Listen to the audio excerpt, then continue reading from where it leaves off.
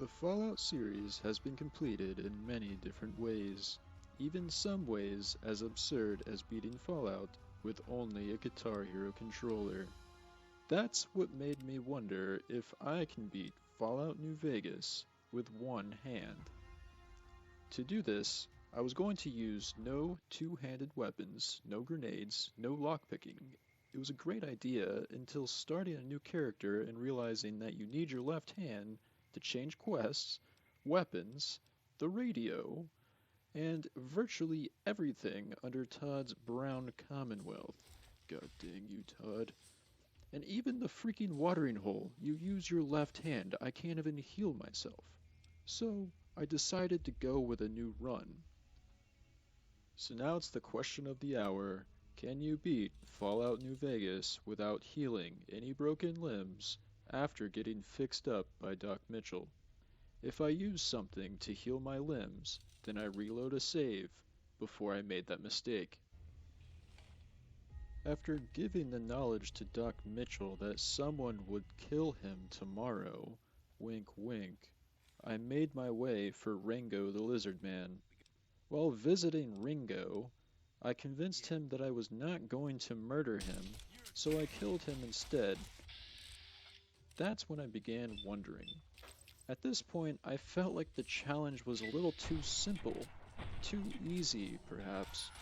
So I'm adding no crouching, no jumping, and once one of my arms becomes limp, no more lockpicking for the entire run.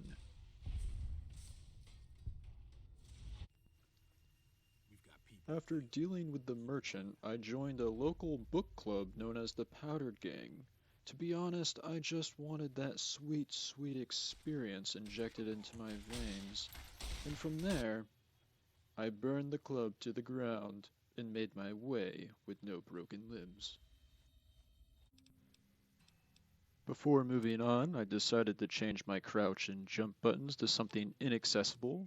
Then I decided to try some target practice on a lonely mine. I did try anyways. After my failure, I gave myself the vaccination of confidence by killing some innocent bloatflies who were trying to mate with each other. At this point in the run, I ran into my first wall: stealing. I love to steal in Fallout, and the most effective way of stealing is through the sneak build. But since I cannot sneak for this run, you must remain out of the vision cone of the NPC. From here, I decided to run the NCR campaign and stole one of their mantles. Crossing the bridge, I showed this landmine it was my bitch and nearly missed my first broken limb. While exploring Prim, two insurance salesmen failed to tell me about my car's extended warranty because I put a bullet through both of their skulls. After exhausting Johnson's dialogue, I didn't get Prim's sheriff quest. This could be classic Todd, or it could be because I put 2 shotgun shells through the deputy's face before talking to him. Then again, it has been over a year since playing, so maybe this quest is triggered in Goodsprings. But since Goodsprings became our book club, I burned it to the ground, so there's no point in even going back there to get that succulent experience. After I killed some jackals at the patrol station, I leveled up. And then I realized a crucial mistake. I put initial points into lockpick and sneak, the 2 skills useless for this run. Trying not to let this bring me down, I carried onward, until hitting a lucky streak being held captive by a Fruit Loop. I obtained said lucky streak and began feeling an uptrend. Then quickly tumbled downward like my crypto portfolio. I forgot that I was wearing NCR gear and I walked straight into the Legion. After dealing with the wolf pack from Twilight, I made my way to the outskirts of Nipton, where I explored the local wildlife. They did not enjoy the beast pellets, and I proceeded to get rammed in the ass until I died.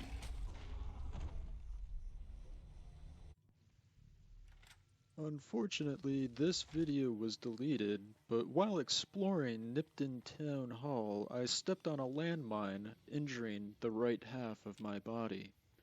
The hard part about this run is not how slow you move, but it's about how awful your aim becomes. At a close range, your VATS is usable, but more than 10 feet away, and it's almost a death sentence. From this point, in some encounters, using your wits is the only way to prevent reverting back to a save 30 minutes ago. Being able to think quick on your feet with the tools at hand will bring you to win most of your gunfights.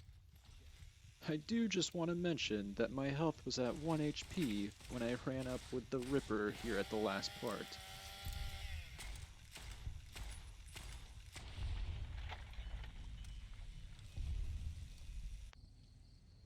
After a fierce battle like that one, seeing the T-Rex was a welcoming sight. Since I'm not using companions for this challenge, I don't really care about Boone's quest to kill the ghouls. So I went with Manny and used Confirmed Bachelor to get some of that juicy XP, and that's when I continued onward to the strip. I was getting a bit hungry, so I picked up a prickly pear to gnaw on outside Helios 1, then I decided to stop at El Dorado to cook a delicious bloatfly slider, and boy did that hit the HP bar. I entered the town of Gorgon, and told Monroe that I would deal with the Great Khans inside. I convinced Jessup to surrender to the NCR, and by luck, they cooperated. From there, I limped toward Freeside, where the strip entrance was. But not before telling Victor to stop following me, and taking some skeet shooting up in the meantime. But before I knew it, I was helping chase the giant rat for the weird children of Freeside. After heroically defeating the rat, I was approaching the strip and preparing for old Ben to try to sell me some noodles or something, only for him to try to force-feed me some rice. But I ended that fiasco as quick as it started. After realizing I needed 2,000 caps to enter the strip, I got stuck in an infinite loading screen while entering the Silver Rush. So, I reset the game and it just worked. You know, the game just works. Wanting to make a few extra caps, I became a Silver Rush guard and took up arms with Simon the Doorman, and I became a doorman myself. During a catatonic attack, though, I mistook a civilian for a civilian, and I failed the quest. But then I was told that I was a good dog for my deeds, so I was promptly paid for my efforts. Here's your payment. Once I was able to obtain enough caps, I made my way for some strips. Fudge strip cookies, my one true weakness. And then something odd happened. When I was trying to pay the 2,000 caps for the credit check, something weird happened. I still had my 2,000 caps after entering the strip. I realized this was a glitch, but I'm still going to use it for this run. Mr. House was very insistent about his damn potato chips that Benny stole from him, so I made my way over to have a chat with Benny. I calmly greeted his friendly staff, and I was making my way downtown. I was walking mildly fast, and I ripped through Benny and his men. It was one big bash. After a wholesome chat, I was ordered by Dennis to go make relations with the Boomers to officially begin my NCR campaign. As I was meandering in the desert, 2 Brahmin tried to turn me into manure, so I peacefully euthanized them. Not being able to crouch made traversing the artillery a bit more of a chore than it needed to be. but my stubs for legs eventually got me to the promised land. Pearl was a douchebag as always and couldn't trust me, so I began impersonating a pest control company. I then decided to unite two lovebirds, the only way I know possible, by killing the only thing standing in my way. Did you know the strip's all stirred up lately? The boomers then wanted me to repair the satellites for an Elon Musk to set up the Wi-Fi router. Once the Wi-Fi was up and running, I went for a swim at the Fort Meade watering hole. Two fellow swimmers scared the living shit out of me.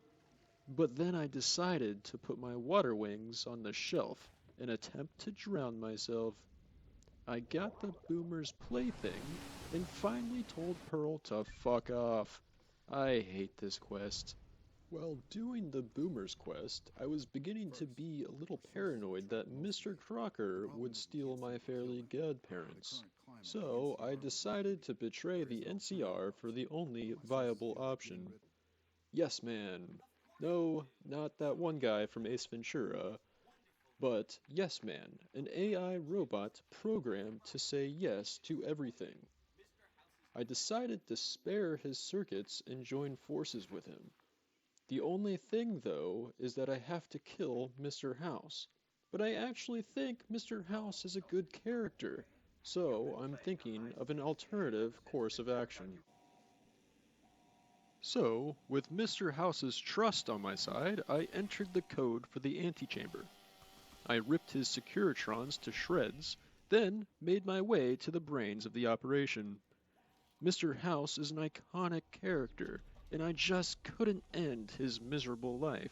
So, instead of killing him, I removed his cerebral implant, allowing him to think for himself. He did not want that at all, he actually wanted death more. But I figured he should try and remember what he did while the machine keeps his body alive for eternity.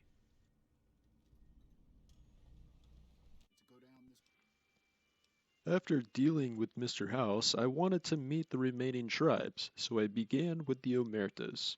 Once inside, they asked me a fatal question. They wanted me to part with my weapons, so I took the ladder and created a new quest for myself, obtaining Big Sal's boomstick. I found Big Sal with his posse on some stairs, and that's when the real fun began. I showed Clandon my new favorite toy.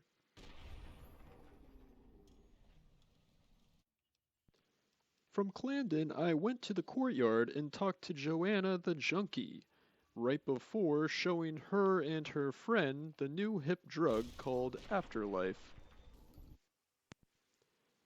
After hanging out with the Omertas at the casino, I decided to introduce myself to the White Glove Society. Again, they wanted my weapons. But how do I pull triggers without weapons? So I showed them how to polish my boomstick. Mortimer was unchanged by my attacking on everyone, but more mad after I didn't indulge in his cannibal fantasy. He did get angry, but to be fair, I let him pick up a cane before ending his life. I transferred Yes Man into Mr. House's mainframe and continued my greeting with the Great Khans in the Hidden Valley Key Club. I decided to search for the Hidden Valley, but stumbled upon two fellow book club members. They were instantly hostile, but I disposed of them. What made it weird was the fact that two more members arrived to greet my welcome. So I started planning my revenge. More like a prank rather than revenge, but I decided to do it through infiltration. I talked my way into the book club from my past experience at Goodsprings. I met Eddie, the king, and accepted all of his quests. Chavez was understanding of the position I was put in, and we could peacefully come to an agreement on speech alone and not explosives that I'll need later. The second quest was talking to a suspicious merchant. I told him to leave, and he listened, so I went on my merry way. The final quest had me disperse of the NCR threat in Prim, the nearby town, so talking to Johnson proved to be a good idea and let me convince the NCR to assault the book club. This was the ultimate prank on the two punks that assaulted me.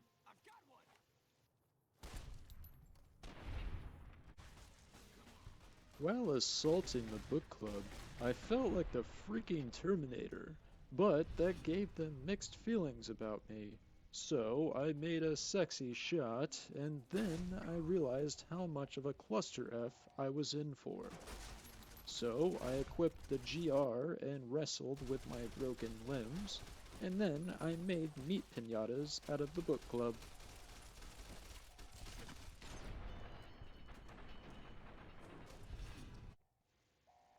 I said my thank yous to the NCR and pulled off the world's best prank.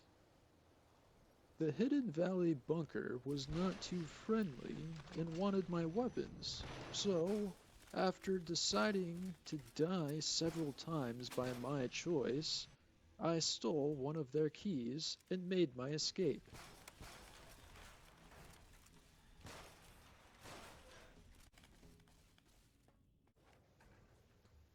On the way to Red Rock Canyon, I found a sous chef and stole his title for ransom. Then, some local Legion assassins got used as target practice. But before I knew it, I found the promised land of Red Rock. After taking a gander of the local wildlife, I gave my explosive hello to the local leaders. Then I shelled out some gifts for my new patrons. I then let Yes Man know that we shouldn't deal with the Brotherhood or the Great Khans, and started the final battle. I needed to find the override for the console in Hoover Dam. Once I found the console, I put the NCR soldiers to sleep as peacefully as I could, and I made sure the generator was destroyed. As I exited on the easterly side, I had to immediately eat and drink everything in my inventory. The Legion was wanting the chip, so I disposed of them and found myself at Leggett's camp entrance. After using one of the steadies in my inventory, the antimatter rifle was very useful. So useful, in fact, that I decided to use it again. That, along with every other enhancing drug that I had on hand, I took care of Leggett's security and shot him in the back as he ran away. Exiting the camp called for something unexpected. It wasn't the fact that the NCR showed up, it was the fact that I was 10 speech shy of the requirement, so I took my chances and died. Then I realized that I'm playing Fallout New Vegas, and I put on Benny's suit and used the meeting people buff and proceeded to talk my way to an independent New Vegas.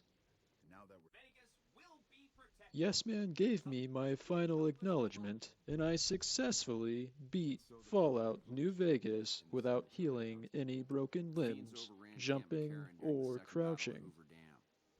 This challenge was intended for myself.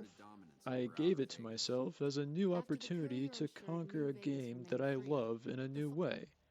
I do hope that you enjoyed and expect more on the way.